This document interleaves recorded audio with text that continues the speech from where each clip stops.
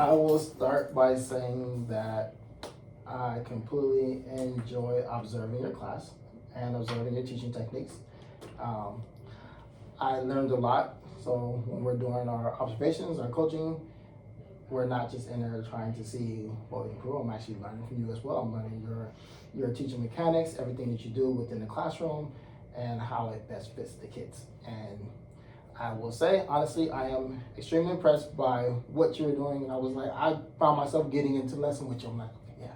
So it was actually enjoyable. Kind of want to first talk about the CSTP. Um, we chose the student engagement and also lesson planning. How would you say, as far as the lesson was going, how do you assess your students' engagement? So some things that I would do is I would walk around and make sure that they were talking with one another or making sure that they were participating. I would also make sure that my volunteer to non-volunteer ratio was even. And then when they were given time to break out into their small groups, I was making sure that everybody was contributing to what I was giving them to do.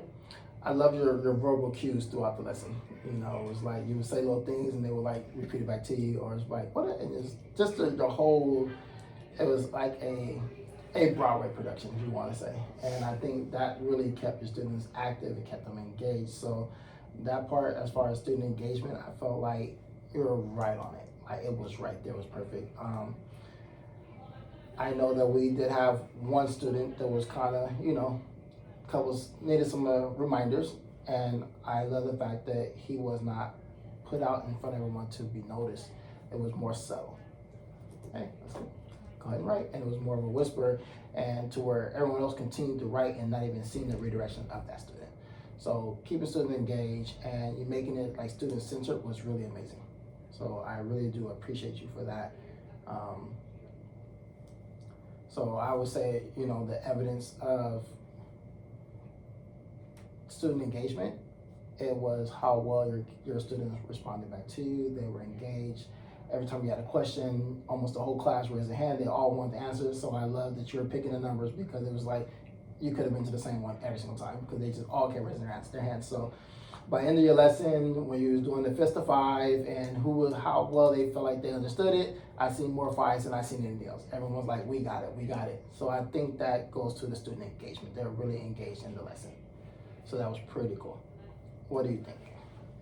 Yeah, I think that especially with lessons previous, that this was a skill that they had been building up on. So I was pleased to see more fives than ones or twos, just knowing that they fully understood the concept and that their engagement showed that they were mastering the standard that I was teaching.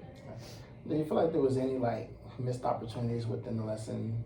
Maybe identifying a student that was possibly struggling or wasn't participating as much, or that was over participating? Do you feel like you missed any opportunity to address any of those things? I think there's always room to grow, and so, there's always that one student who can fly under the radar, and there's one student who can overpower that student flying under the radar. And so I think sometimes when I'm teaching, I can get lost in the moment, and so making sure that I'm being hyper aware of if a student is falling behind, and just that redirection of either the test apps or moving them to a different location, maybe that's more secluded, so that way they can pay attention more. That's something that I could always improve on too. I would say your teaching practice supported the student learning. I would say 100%, that's what it was. And it says identifying maybe an opportunity. We all have the opportunity, right, where we can jump in and say things. I didn't personally see any missed opportunities. Like I said, I really praise you on the fact that you were able to continue to keep the whole class engaged and circle around to our one student that was struggling to stay on task or to keep going. So the opportunities were there to teach a lesson and also come back around and make sure we're still redirecting that student. Hey, let's go, let's keep going, and not too far where you're embarrassing them. So that part, like I said, I wanted to get your take on it to see okay, did you feel like you missed anything? Because honestly, I didn't think you missed anything. I think you did an amazing job. I can literally use this video for a lot of the teachers, like, hey, check this out. This is kind of the subtle way of doing things. that's one thing we always say. We don't want to embarrass kids. We want them to feel comfortable and want them to feel at home and want them to learn. And I feel like within your lesson that we were doing within that math, like everyone felt a sense of belonging. Everyone was participating, and they knew you front load them. Hey, this exit ticket right here. This is someone's gonna come up and work this problem. You guys are all gonna work it out. But before that, one person went to the board and they had to work it out. And I watched the classmates. They weren't fiddling around at the desk. They were all saying what steps she was gonna do. She was gonna do it right. And it wasn't that I got you moment. It was like, we're gonna help you if you fall. So that part, I loved the whole classroom atmosphere. That was great. As far as the students' work and their product, how do you feel as far as what they were producing for you?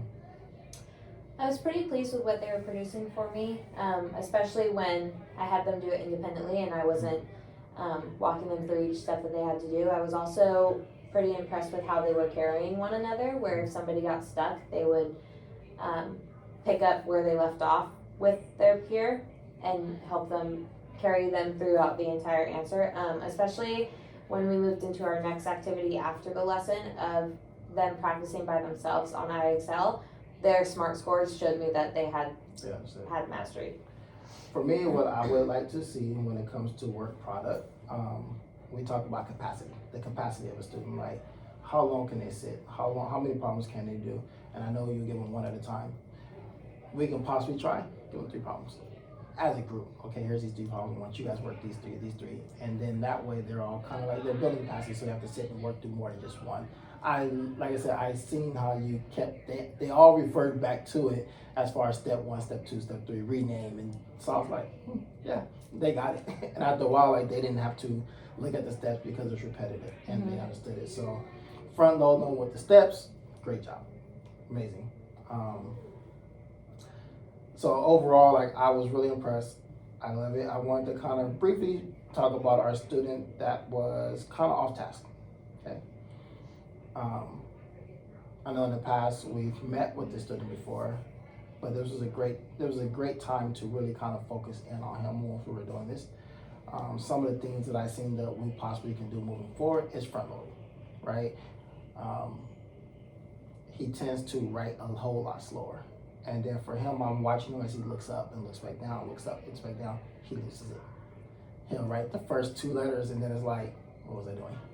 So for him, I would suggest possibly, it's a little more work for us teachers when we got to do certain things, but my steps have him already written it where it's almost on his desk, and he can copy it down to his notes, so it becomes repetitive, but it's right there where you're not having to go back and he's not having to look up and down and you're not saying, hey, go right, because it's already there. So he can kind of reference it there.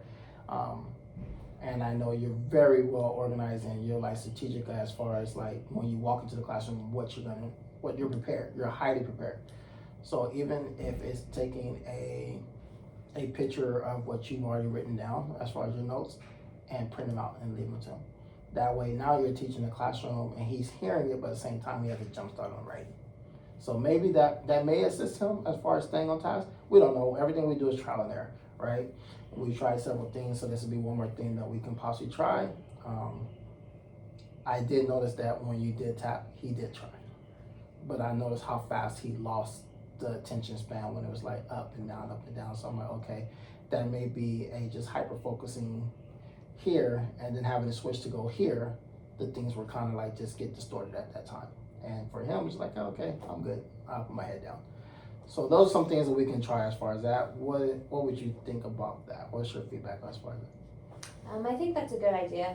I would also then have the concern of, is he actually learning the content or just copying the notes? But that would just lead for me to have another check for understanding separately with him to make sure that he is grasping the concept. Right. So possibly during those like independent work times, give him a random problem. Hey, show me your steps. And that way we know if he's copying down all the notes, is he just copying it, like you said, or is he really learning what you're trying to teach him? So just another exit ticket opportunity for him specifically. Like I said, we want to just find ways to like, how can we always talk about all students. So, and like I said, I commend you. Like I can go back and observe your class any day. Like I'm good. I will participate with you. Like it it was exciting to watch. You know, it's always good to see students being engaged in a lesson and really participating and loving what's going on in the classroom. So kudos, I commend you for that one. Great job. But other than that, it was my observations were pretty much out there. Like, you know exactly what we were looking for: student engagement, lesson planning. Your planning was great. You didn't have any times where there was like a lapse where you're fumbling around like, okay, where do we go next? No, it was like, we're here, and it kept the students going. So the preparation, the planning of the lesson, the interaction with your students, everything was on key. There's always room for growth, but I would have to really dive deep in here to figure out, okay, what can we do differently? The only thing I can say is, like, our one student that was off task, hey, well, let's try to front load him a little bit and see if he can kind of keep up with the class if he gets a head start. And that's kind of where we're at. How do you feel about the feedback? Like, what is your assessment as far as, like, I'm saying, okay, let's front load, let's do this. Do you feel like I'm giving you adequate information? Mm-hmm. Yeah. Anything that you don't want to try? No, I think that you can always try something new until it doesn't work. So I'm excited to try for the student. Okay. Perfect, cool. And like I said, I love the exit ticket. I love the fact that, like, okay, show me you guys know it. And I think that's what the biggest thing is. We can give a kid 100 problems and they don't understand what they're doing. They can get 100 problems wrong. But giving them a context, okay, this is what we're working on. Now show me you got it. Mm-hmm. And your whole class, they were finishing so fast. They're bringing up whiteboards up to you like, I got it, and they turn them in. So show that they understood it. Like I said, moving forward, our next steps, I probably would say we'll work on that one student and getting them engaged and see if we can just, do some front loading stuff with him. And if you're in agreement, then that's kind of where we'll move as far as next steps. Yeah. Okay. Well, I appreciate your time. There will be a little reflection. So if you want to write a little reflection, that would be great. I will be doing the same thing as far as our observation of visits. And then we will go from there, see if there's anything we can adjust. Good. All right. Thank you, Mr. Reno.